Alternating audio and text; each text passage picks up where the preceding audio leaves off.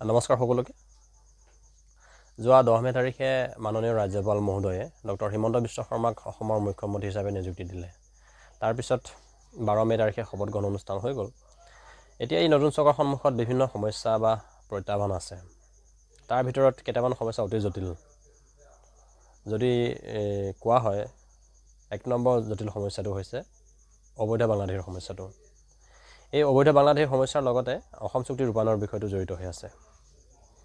দ্বিতীয়তে হৈছে বানপানীৰ সমস্যাটো, যিটো প্ৰতি বছৰে হয়। তৃতীয়তে স্বয় জনগোষ্ঠীৰ জনজাতিকৰণৰ বিষয়টো। ইয়াৰ পৰা অন্যান্য সমস্যা নথকা নহয়, যেনে নিবনুৱাৰ সমস্যা, ঔদ্যোগিকৰণৰ সমস্যা। সেইবোৰ সমস্যাবোৰ সমাধান হৈ থাকিব। তাৰ বিষয়ত বৰ নিশ্চিত নিক্ষেপ আমি নকৰোঁ আজিৰ এই ভিডিঅ'টোত।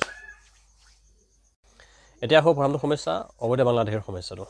এই অবৈধ বাংলাদেশীৰ সমস্যাটো স্বাধীনতাৰ পিছৰ পৰা যদি চোৱা হয়, 1971ৰ 25 মাৰ্চলৈকে যিখিনি মানুহ ইলিগেলি আহিছিলে তেওঁলোকক নাগৰিকত্ব প্ৰদান কৰা হ'ল বুলি আমি সকলোৱে জানো।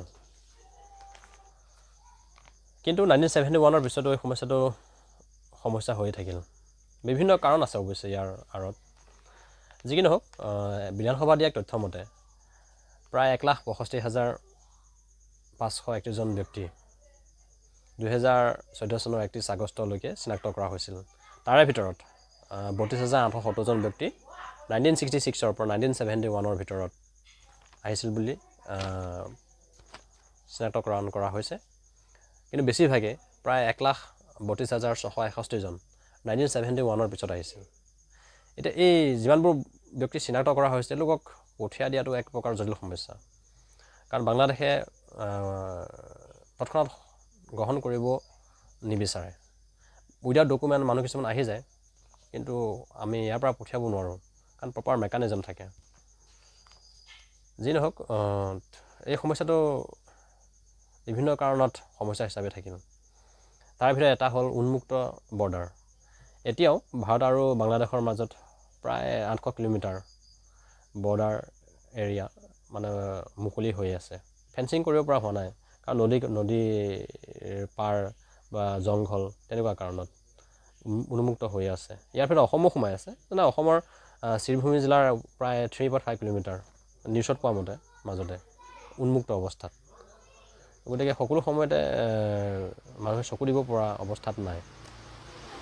আৰু আমি মুখ্যমন্ত্ৰীৰ টুইটাৰ হেণ্ডেল বা ফেচবুক হেণ্ডেল আমি পায়ে থাকোঁ।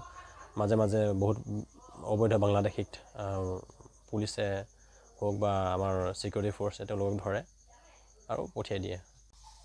বাৰু যি কি নহওক, এই বাংলাদেশীসকলক চিনাক্তকৰণ কৰা বা ভোটাৰ লিষ্টৰ পৰা নাম কৰ্তন কৰাৰ কাৰণে NRC কামটো ভাল আছিল, কিন্তু এতিয়া এইটো কোৰ্টৰ অধীন হৈ আছে। এই বাংলাদেশীৰ সমস্যাটোৰ লগত অসম চুক্তিৰ ৰূপায়ণৰ বিষয়টো জড়িত হৈ আছে। আমি চবেই জানো 1979ৰ পৰা 1985লৈ অসম আন্দোলন হৈছিলে। অসম আন্দোলনৰ পিছত অসম চুক্তি হ'ল। এই অসম চুক্তিৰ কেইবাটাও দফা আছে।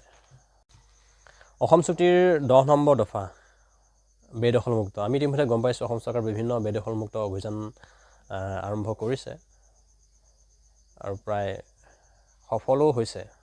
গতিকে অসম চুক্তি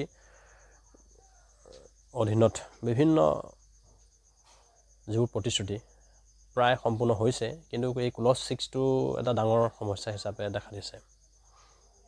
আৰু তাৰ কাৰণটো হ'ল কোনো অসমীয়াৰ ডেফিনিশ্যন নাই, অসমীয়াৰ সংজ্ঞা নাই। অসমীয়া বুলি ক'লে কোনখিনি মানুহক বুজোৱা যায়।